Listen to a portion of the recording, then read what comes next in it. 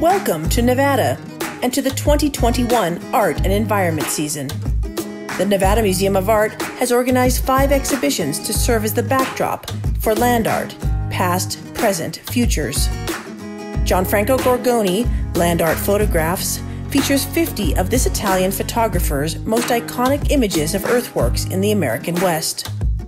From Michael Heiser and Walter Di Maria to Nancy Holt and Robert Smithson, Gorgoni was on the ground in the late 1960s to help bring these projects to life. For nearly 2 decades, the Nevada Museum of Art has considered what is next for land art. We've collected archives and artworks for our permanent collection that look deeply at iconic earthworks. We've asked, who are the voices that have been left out of this dialogue? And what artists are critiquing the genre's most iconic artworks? We've worked with and commissioned artists who see land as part of a larger system. And we've acknowledged those who have known this and fought for this all along. Judy Chicago began making work in response to land art in the late 1960s. Her dry ice, fireworks, and atmospheres performances offered an alternative, ephemeral engagement with the land. The Nevada Museum of Art recently acquired this archive and is debuting it for the first time. The desert has always attracted mischief makers, those artists and dreamers who see and think differently, who aim to experiment in hopes of changing the world. High Desert Test Sites in Joshua Tree, California has offered artists this creative testing ground for over 2 decades. Rose B. Simpson's monumental earthen figures ascend from the gallery floor in her exhibition, The Four. Commissioned and recently acquired by the Nevada Museum of Art, their overwhelming presence reminds us all that land art and the land itself is more than just the earth beneath our feet.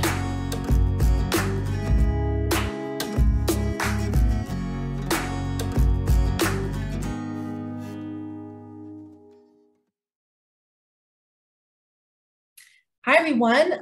Welcome to our 8th talk in the 2021 Art and Environment season.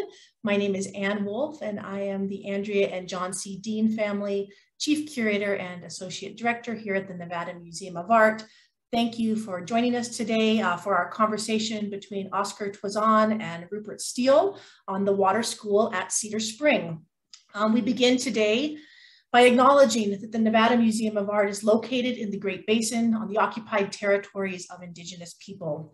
The state of Nevada consists of 27 federally recognized tribes from 4 nations: the Numu, Northern Paiute, the Niue, Western Shoshone, the Washeshu, Washoe, and the Nuwu, Southern Paiute. We acknowledge that more can be done to further research and integrate the stories of Indigenous peoples and cultures into the story of land art and into our collective knowledge of the lands of this place. We're fortunate to call many artists and leaders in these communities our friends and collaborators. We welcome many of them that are joining us today, and I see that many of our special invited guests have logged on, so thank you so much for being with us. It is my pleasure to introduce our 2 guests today. Rupert Steele is the current chairman of the Confederate Tribes of the Goshute Reservation.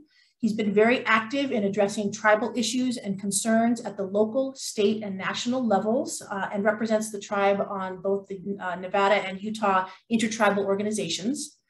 Chairman Steele is very knowledgeable of tribal affairs and tribal cultures, values, and beliefs, and he also speaks his native language fluently. Chairman Steele has worked tirelessly to protect tribal resources on and off the reservation, and he often uses scientific data to help make quality decisions that affect Native people. He knows that science is a very important tool when making high quality management decisions for the benefit of everyone. Rupert, we look forward to hearing from you in just a moment. Our artist guest today is Oscar Tuazon. He's a contemporary artist whose work intersects the fields of minimal and conceptual art, architecture, and activism. Although he identifies primarily as a sculptor, his work always has a direct relationship with the site with which it is connected and the physical engagement of his audience as well. He often uses a combination of natural and industrial materials such as wood and concrete, glass, steel, and piping to create large-scale installations And the evolving nature of these installations is often compared to sort of the evolution of a house, which is continuously built and repaired and maintained. And so as an extension of that, the act of inhabiting or occupying his sculptures really becomes a part of becomes an artistic practice in itself. Tuazon lives and works in Los Angeles and has exhibited his work in major museums and biennales around the world. Today, however, he'll be focusing on the Cedar Spring Water School, which is his current focus. This project is an extension of his broader water school project initiative that aims to engage people in dialogues about environment, water, and the forces that threaten hydrological ecosystems. Through his work, Tuazon hopes to promote a better understanding of water politics in the rural American West and of water's significance as a global political resource used to control natural environments and Indigenous communities. So before I ask Chairman Steele to begin, I'd like to just mention that work is currently underway to establish a nonprofit to support the Cedar Spring Water School. And our CEO here at the Nevada Museum of Art, David Walker, is actively involved as a board member to establish this organization. And as we continue really to endure extended drought in the West, and every day brings a new story about water levels dropping at Lake Mead and beyond, we recognize and acknowledge that artists have a unique potential to bring much needed voice to the people and places and issues who are most threatened by this consumption. The Nevada Museum of Art believes in the Water School at Cedar Spring project, and we look forward to introducing all of you to it through this conversation today. So I'm going to pass it over to Chairman Steele, who will talk more and share more with us about this special place. And I'll ask our production team to load his image reel that will run in the background as he's sharing with us. Chairman Steele, go ahead and unmute your microphone, and we look forward to hearing from you. Rupert Steele,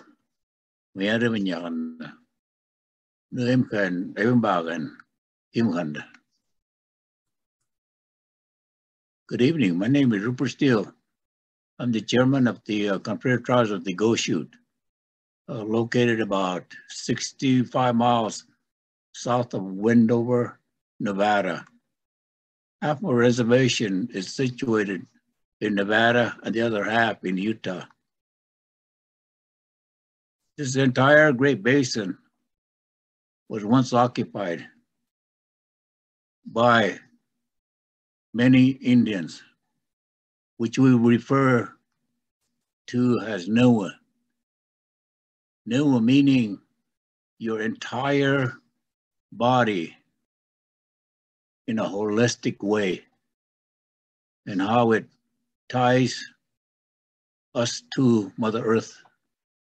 So in these areas in the Great Basin, there is a number of rock writings in Spring Valley. And there's also a lot of food resources. For example, there's some antelope corrals that were built by my ancestors to catch antelope and harvest what they can. And it's there are many sites. There's one right located south of Cedar Springs. And my people, they knew where the springs were at, where the water was at. And throughout the Great Basin, each one of our tribal members knew these areas. And we were seasonal people. We winter down there in southern Spring Valley. And then as a season changed, and with the food, and we went where the food was at. So we traveled around by foot around the Great Salt Lake. And in the fall time, we'd be over there in the Wasatch Range, working our way back down to the area south of Baker, Nevada. And one of these areas that have many of these rock writing is in Spring Valley. Spring Valley is located about approximately 30 miles from the current Confederate Tribes of the Goshute Indian Reservation. Spring Valley is very dear and a very sacred place to us. There is some massacre sites in Spring Valley that we hold dear and sacred. And we refer to that site as Pasawiba. That's a place of, refers to the sacredness of the area and talks about the juniper trees that are there. It's called the Rocky Mountain juniper. Rocky Mountain juniper grows up in the high, rocky areas. But here in Spring Valley, they grow down in the valley bottom, in the swampy area, down in the meadows, which is unique. And there were 3 massacre sites in Spring Valley, and there was about 500 or more of our people, new people, were massacred at Pasawiba. In our belief and our teaching goes back to the Rocky Mountain juniper trees. We feel that they grow tall and strong in these swampy, moist areas, being fertilized by my peoples who gave up their life for me to be here on Mother Earth and enjoy life. So when it comes to the land, we respect that place. It's a holy land. We like to be protecting that area from any kind of threats that come across. And in Spring Valley, it was once lush with water, waterfowl, deer, antelope, elk, rabbits. It was a place where my ancestors lived for a long time, for millennia, and enjoyed themselves, where they prayed, told stories, and teach our young and educate their, and those teachings will go from generation to generation orally. And when it comes to such sacred areas like that, we pass it on. It was passed on to me by my fathers, by my uncles, my grandfather, and grandmother. And now it's my role to help preserve this place so our young will learn from it as an educational tool. It's very important to us that we protect these areas. Water is the most sacred and powerful one. Without water, all these things that I named in the life of circle would not survive. The life of circle means that there's the humans in there, there's birds, trees, plants, and everything in Spring Valley, as well as everybody everywhere else. They depend on water to survive. The water you see is from artesian wells. It's pure. Mother Earth purified it for us, which took billions of years for it to go from snowfall and rainfall and be filtered to the limestones and everything that's underneath the ground, and be of good, high quality water for us to use, and they come back to us. And when it comes back to us, water has its own spirit, has its own song.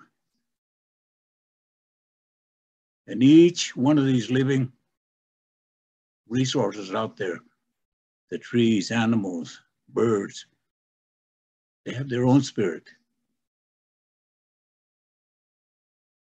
That eagle feather that I'm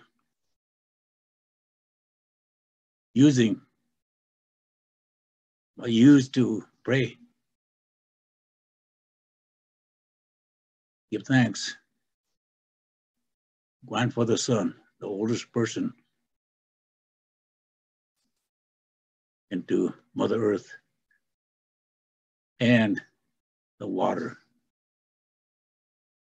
They play a very important role in providing food, medicine, keeps our body hydrated, keeps our mind clear, takes our worries away.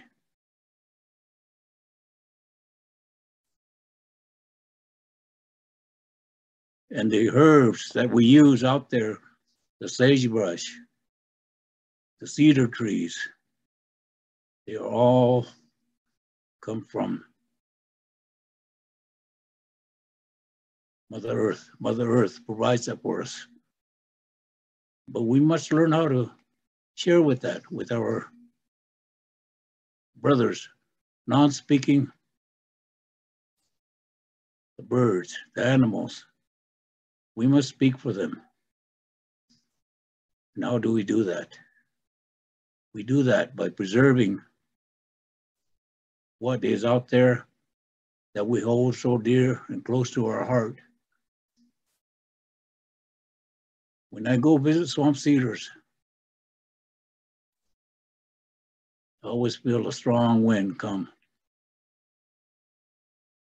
And I talk in my language to my ancestors. Let them know that I come to visit you today in a good way. I don't mean any harm. I just come and sit here with you, talk with you, sing songs for you, with you. So when it comes to protecting the land and our beliefs, the art, these areas are very sacred. This is just one of the many areas that we are working to protect. We've been in this fight to preserve the area for over 30 years. And we did get it, managed to get it protected under state laws.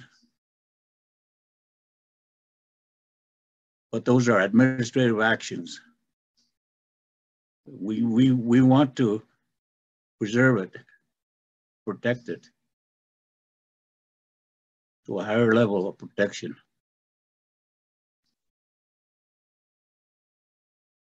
In the Great Basin, when you travel through there, you look at it and say, oh, it's a desert. No, it's not.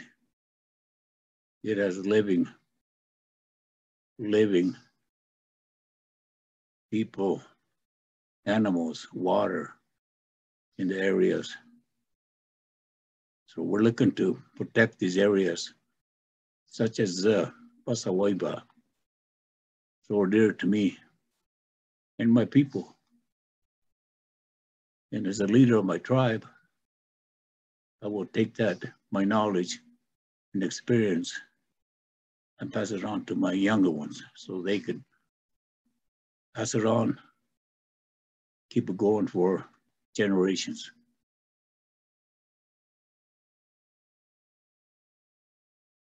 And it is a very powerful tool to preserve for education for people in the future. It is unfortunate what had happened there, but we learn from that. We learn from what had happened and try not to repeat it again. Pasawiba means sacred water valley. It is a place, as I mentioned, a place of worship.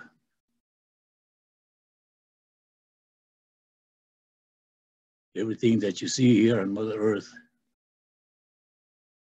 is our church. Every denomination has their own way of worshiping in their own ways. We use the natural environment. We have songs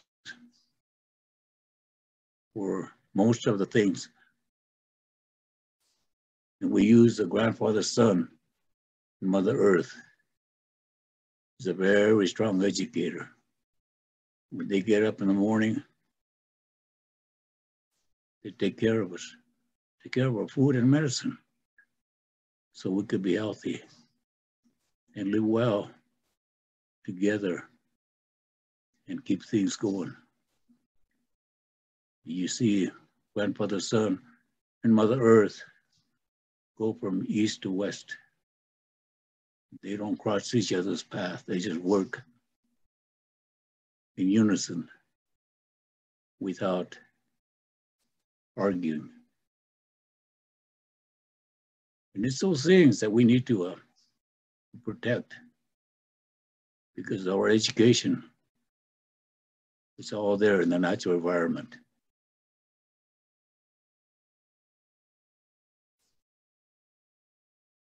I was born not in a hospital. I was born here on the reservation.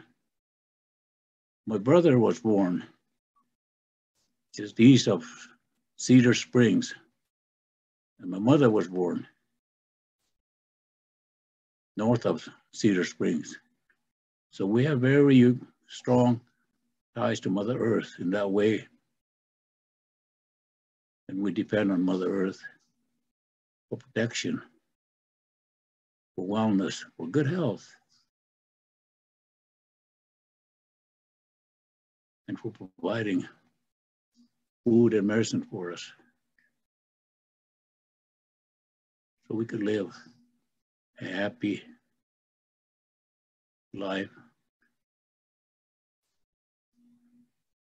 We want that to be there, some of these resources to be there for our children to enjoy, do the things that we do, so they could be part of the environment.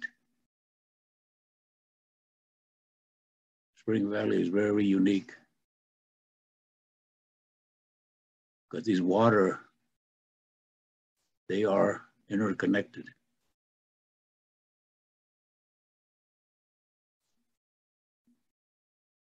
And the only source of recharge we have out here is snow and rain. But that has diminished due to climate change.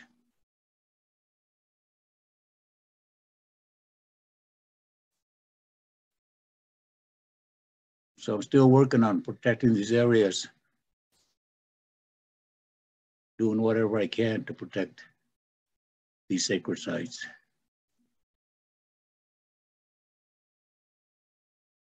I want to thank Mother Earth,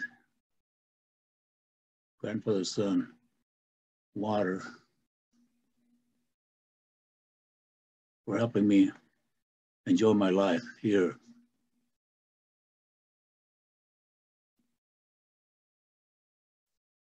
Physically, and prepare me for the next world, whatever that world may be and protecting my spirit. Mother Earth takes care of each and every one of us. I just want to say thanks for letting me having the opportunity to present and speak on behalf of Basa Weeba. Thank you.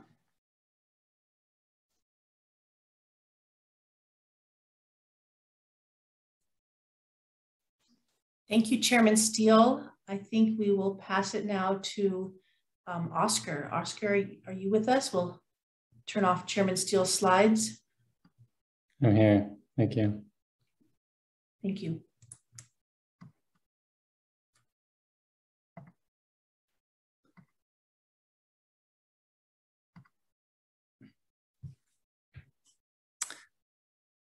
Thank you, Chairman Steele. I want to begin by thanking you for your work over the past 30 years in protecting Basa Weeba.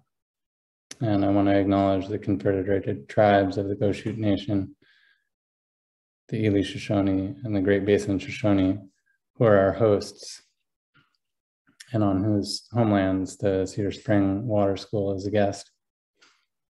Cedar Spring Water School would not exist without the generous vision of Chairman Steele. I came here to Basa Weeba and to Cedar Spring just 5 years ago. In a larger sense, I think about this as a multi-generational story that's brought me to work with Chairman Steele. But to begin with, the Zome house,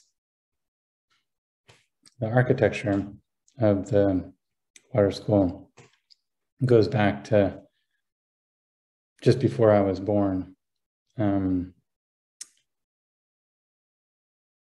As an artist, I have a long critical relationship to the history of land art.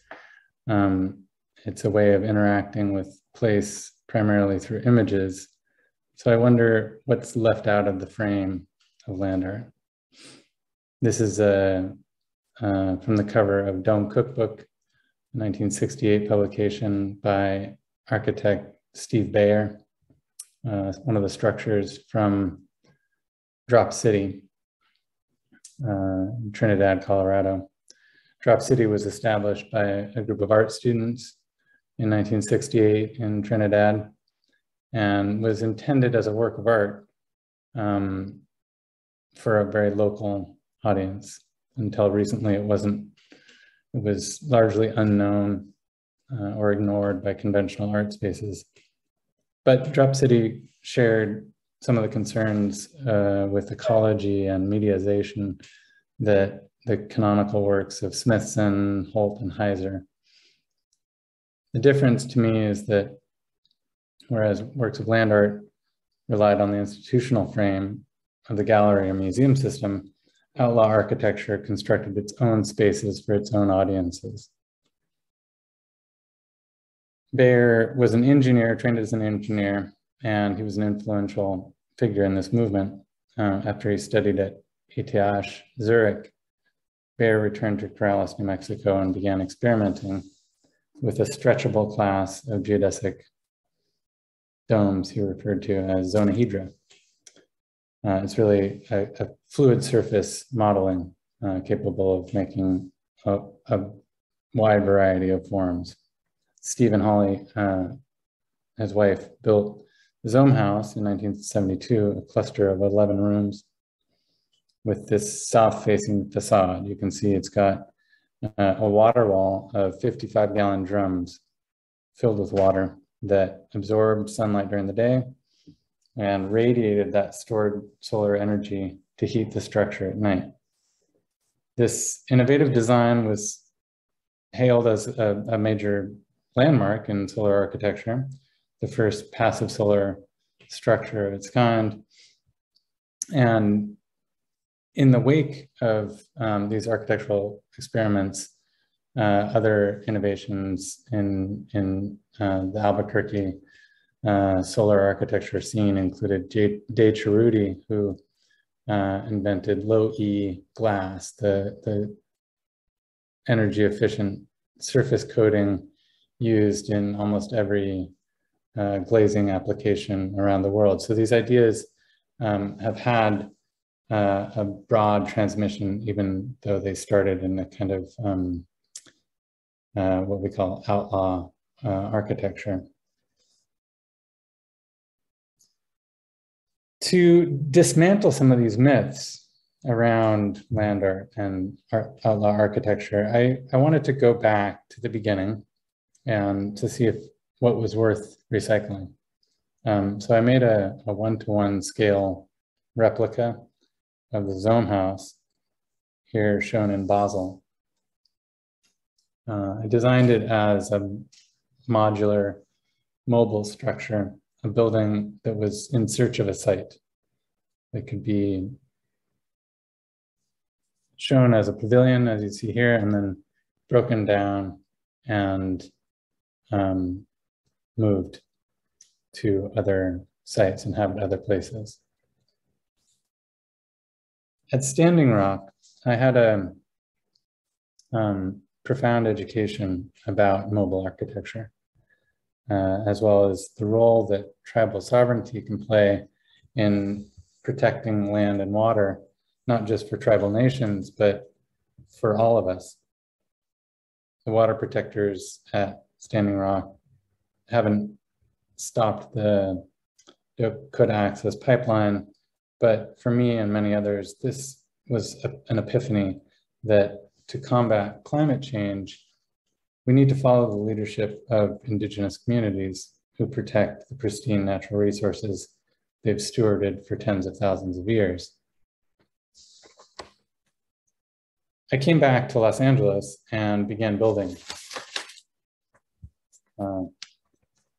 Next to the LA River, LA Water School, Los Angeles Water School, LAWS, was born out of a collective need to understand where our water comes from, who it connects us to, and what can be done on an individual do-it-yourself level. Water School is a temporary structure a couple blocks from the LA River that hosted events and exhibitions and conversations around water. At Standing Rock, we learned Mini-Wachoni, water is life. And as I began working with the Indigenous communities of the LA Basin, I began to understand that, in the words of tribal chairman of the Quinault Nation, Pon Sharp, water connects us all. If anyone understands how to adapt to a rapidly changing, hostile environment, it's the Indigenous communities who know this land best. So, Water School began to host those conversations. And it began to follow water. What's climate responsive architecture? What does that look like? Water moves, and as it moved, Water School began to adapt to the climate's various sites and began to build a library of voices around water in numerous sites simultaneously. Lansing, Michigan, in the center of the Great Lakes, is near another ground zero of the current water wars in Flint, Michigan. And this is the Great Lakes Water School, as we called it, in the Broad Museum at Michigan State University.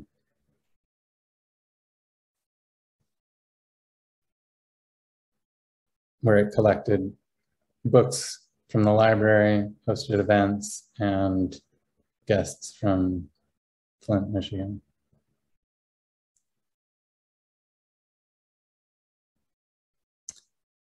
In Chicago, at the Chicago Architecture Biennial, it acted also as a meeting place and hosted seminars and roundtables around water quality issues in the Great Lakes region. And in White Earth, Minnesota, at the headwaters of the Mississippi River, where Winona LaDuke of Honor the Earth has been resisting Enbridge Line 3, which is now passing underneath the Mississippi River and the wild rice lakes of the Anishinaabe communities there. The water school in this location is a platform, a stage for an existing camp of frontline water protectors. I first read about Spring Valley in 2016, and it was a newspaper article about the $15 billion pipeline project planned by the Southern Nevada Water Authority, the water utility of Las Vegas. The SNWA, the Southern Nevada Water Authority, had already purchased land and water rights all the way along the 350-mile course of the pipeline from Las Vegas in the south to Spring Valley in the north, and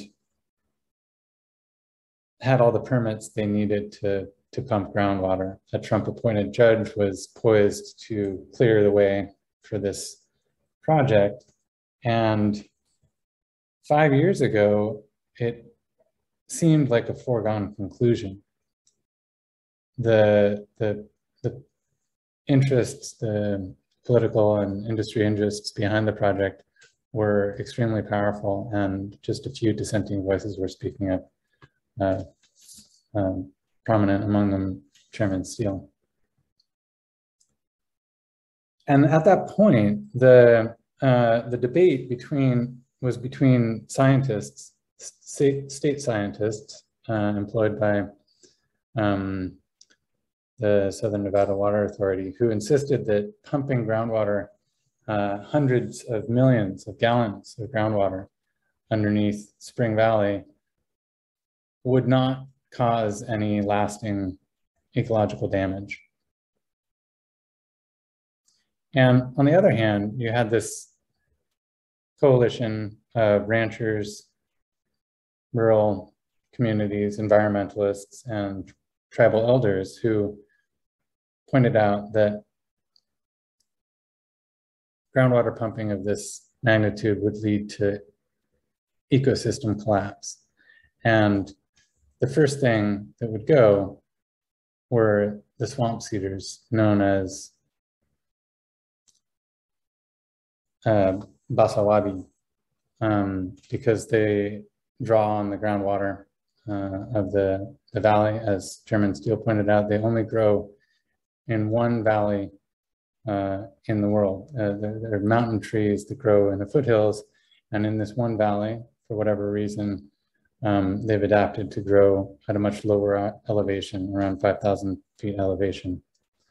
So they're genetically adapted to this water. It's very high saline content, very brackish water, and they are genetic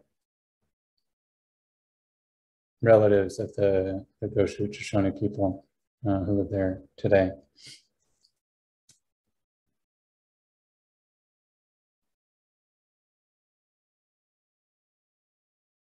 They're genetically unique, found only in basawabi. So as I began to read about this about 5 years ago, at first I had a really hard time wrapping my head around this underground universe of water.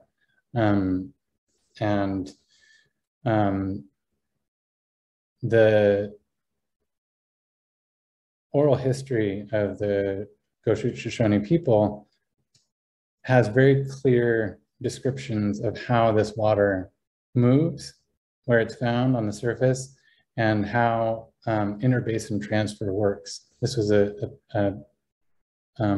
prime point in the argument, the scientific argument, about whether groundwater pumping could safely be done in this area or not. And Chairman Steele pointed out that if you pump groundwater in Spring Valley, it's going to deplete the water in adjoining aquifers and adjoining subsurface water resources. That argument became the sticking point and the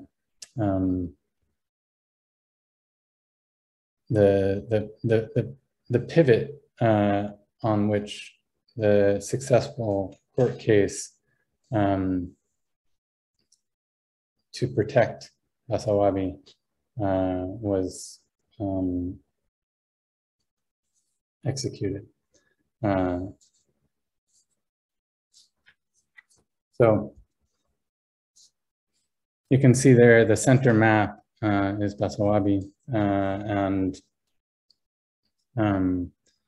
I began mapping this area based on the oral histories of Chairman Steele, Dwayne Spilsbury, and other elders who had traditional knowledge of this area and where the water is and how it moves through the valley. Spring Valley is known as Spring Valley because there are over 100 artesian wells in the foothills of the valley.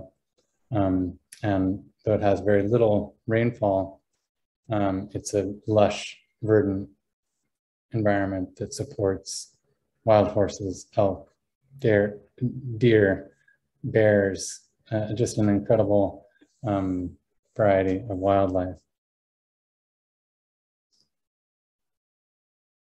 It seemed to me that this was something that art could do. This is where art belongs. As an artist, this is where I wanted to work. So I called Chairman Steele and I told him about my Zome. And I asked him if I could help in this important work that he was doing, if there was any way I could help. And to my surprise and my pleasure, he told me, come on out here and I'll help you build it. And so starting at that point, the idea of Cedar Spring Water School was really initiated. You can see there in the center map, Cedar Spring is a property bounded by a yellow box. It's a 40-acre property with a artesian spring and a reservoir built in 1914. So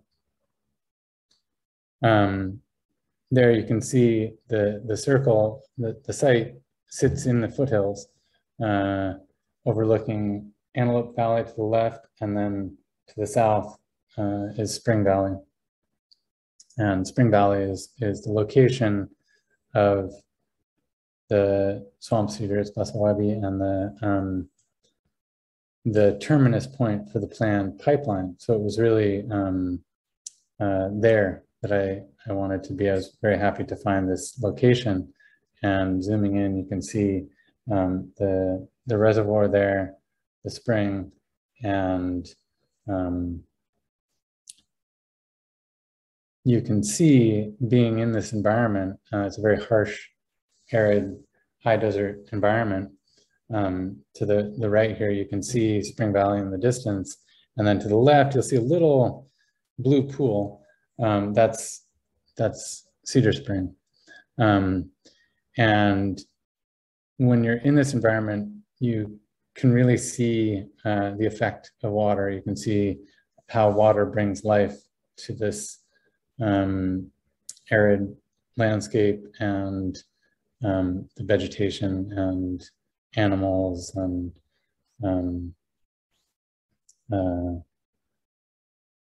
life that is present in this desert is striking.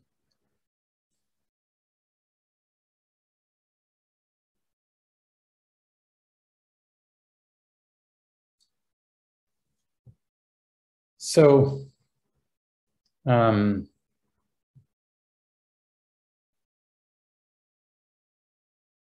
to make this water visible has been the aim of Cedar Spring Water School since we began talking about it, how to bring people to this place, either individually or in small groups, or by using the site as a sort of broadcast facility. And always following Chairman Steele, the objective is to generously share the natural resources of this unique site without disturbing the fragile habitat.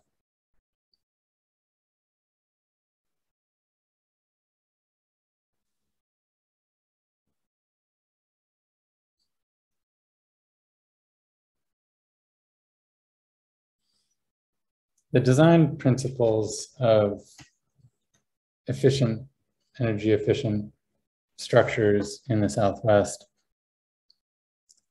that use sunlight and water to take advantage of the dramatic temperature swings between hot days and cold nights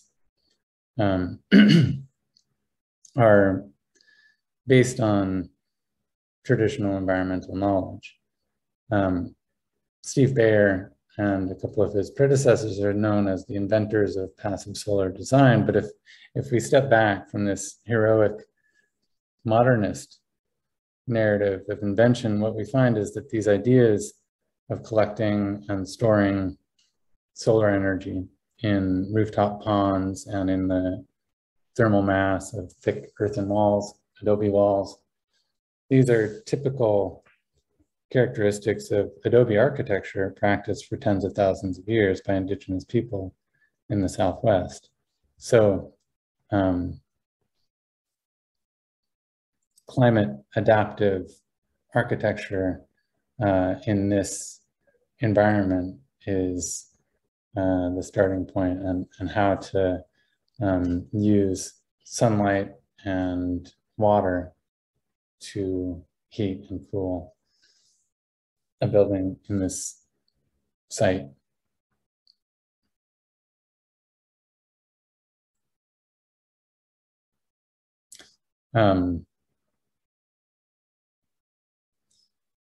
This blind spot is where I think the history of passive solar design and the history of land art converge as kind of colonial projects of erasure. These ways of marking land have been appropriated by the classical practitioners of land art. And so from the beginning, I've really been conscious of those who've inhabited the land before me and how their care for the land has made my own work possible. We all owe the indigenous communities of these lands a great debt for preserving the beauty of these pristine places. I think of Cedar Spring Water School as a lens made of water, a way to see the world through water. This way of seeing is not possible without indigenous ecological knowledge.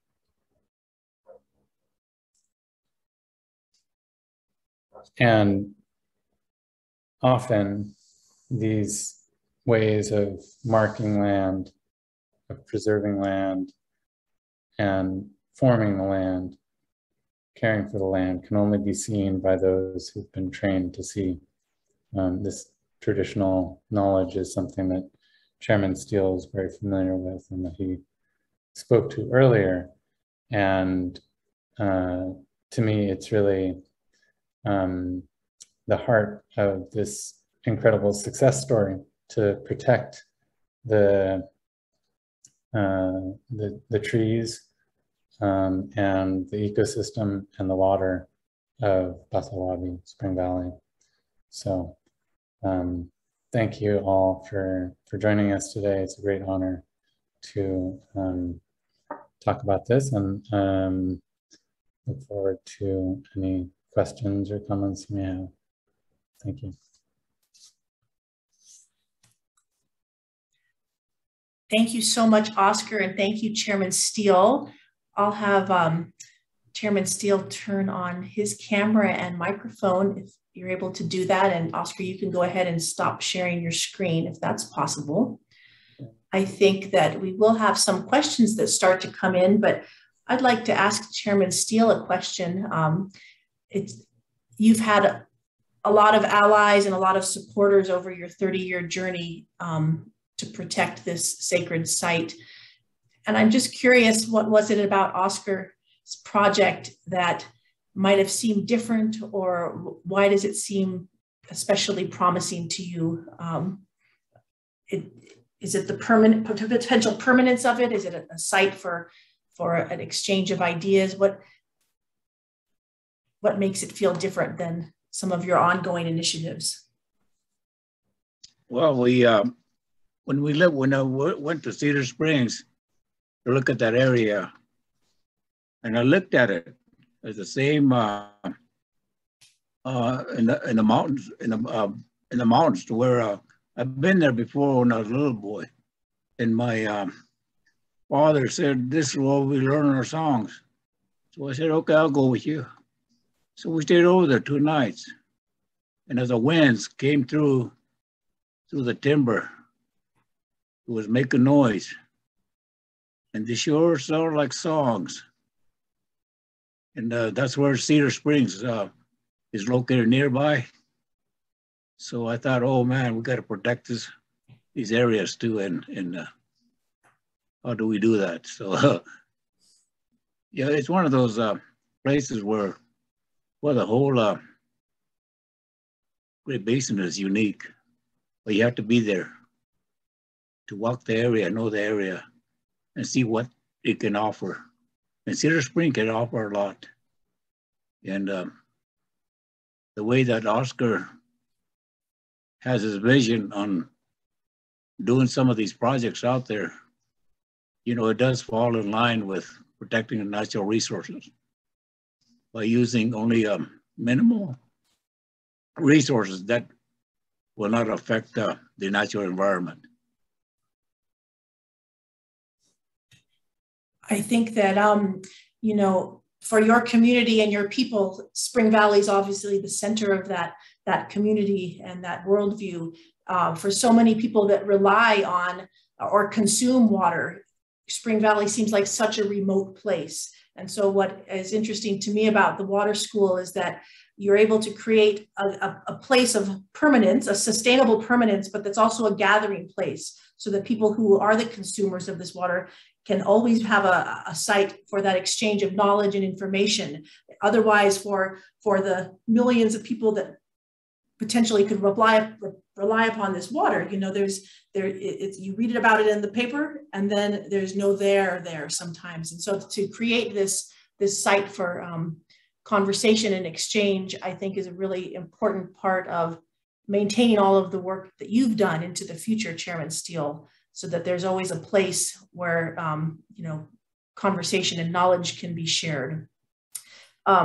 Oscar, I have a question for you, since a lot of our dialogue during this art and environment season has been about land art and eco art. And I know that you've worked with Lauren Bond and the Metabolic Studio, and I'm sure you're familiar with the work of Helen and Newton Harrison, who are all artists that we here at the museum have worked with. Have you given much thought to how you sort of fall into, we've also had Mary Miss, of course, with us, and Patricia Johansson. Where do you see your practice within that ecosystem of artists? Obviously, it's a little bit different, but would love your thoughts on that. Yeah, there's, you know, I've been in a long dialogue with other projects of land art throughout my career, and I think, like I said, there's been in some cases a blind spot about the original inhabitants of the lands. So that's something that I really try and accentuate. And yet, you know, I think in the best case, a lot of these land art projects really are attempts to care for land and to bring attention to places that people might not go otherwise. And so I think, you know, the idea of like,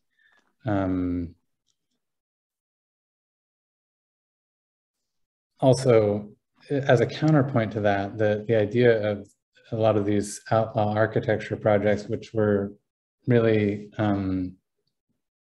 consolidated around a local community of producers, you know, audience of producers, basically, has always appealed to me as a way to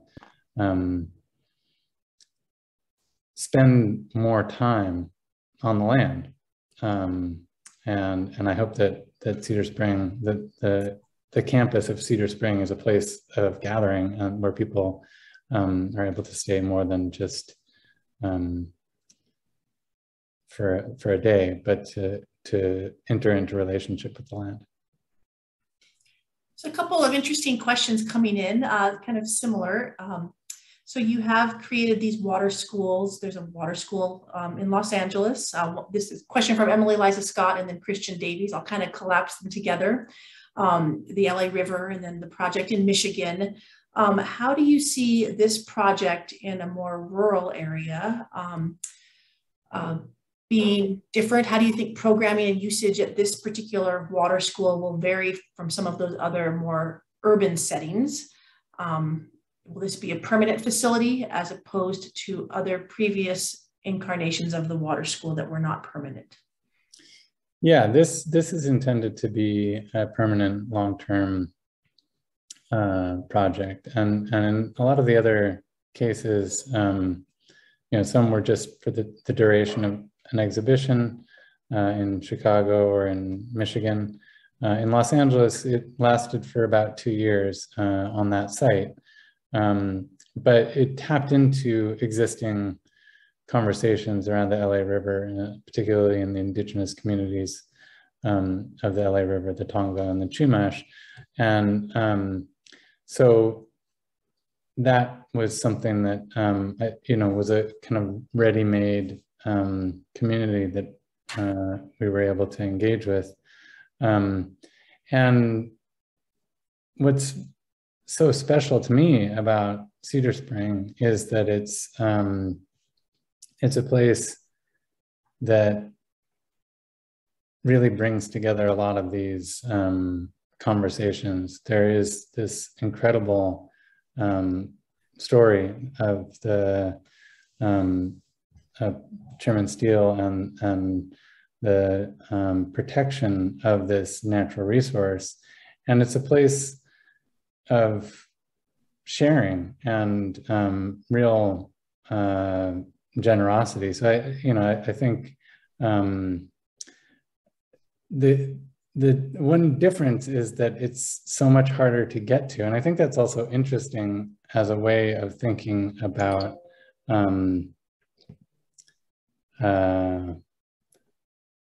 I think kind of how you alluded to the importance of these places that have been protected and what they can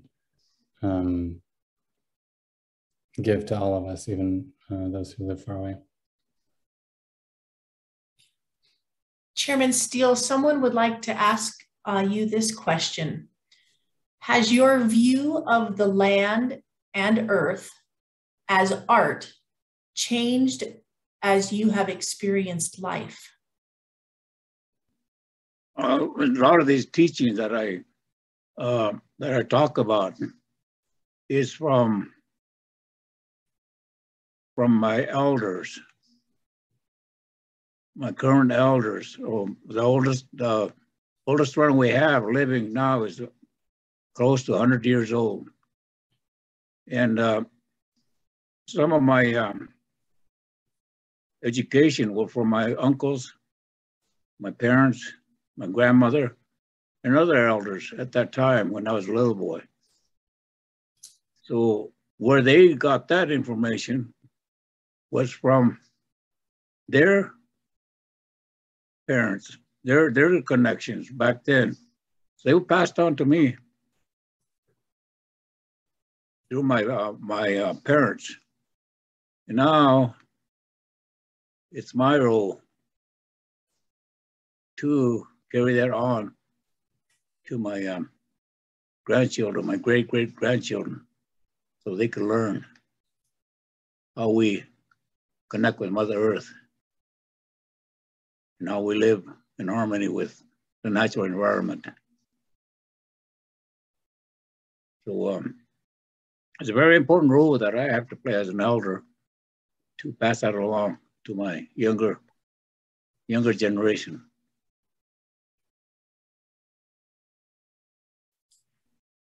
Well, Chairman Steele and Oscar, I think there are no more questions. I think that you can rest assured that along with the younger generation, there are institutions and organizations and artists out there in the world that support your vision, Chairman Steele, to protect this site, as well as helping Oscar to realize this important project that is significant to all of us who live in the West, and particularly the Great Basin. So I'd like to thank everyone for joining us today. Chairman Steele, we appreciate your time, and Oscar, we appreciate your presentation and look forward to what's coming next.